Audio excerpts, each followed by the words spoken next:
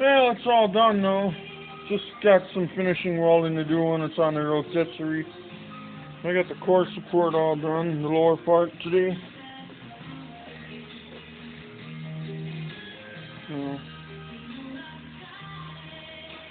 So yeah, so later on I gotta put a hole through there for the radiator hoses and the heater motor. So yeah, everything's all, some fenders need to be mildly adjusted.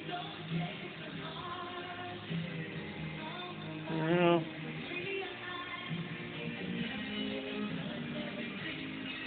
So yeah, so there it is. Hard to see anything. Should have had the door open maybe. No, that's an idea. I'm insane.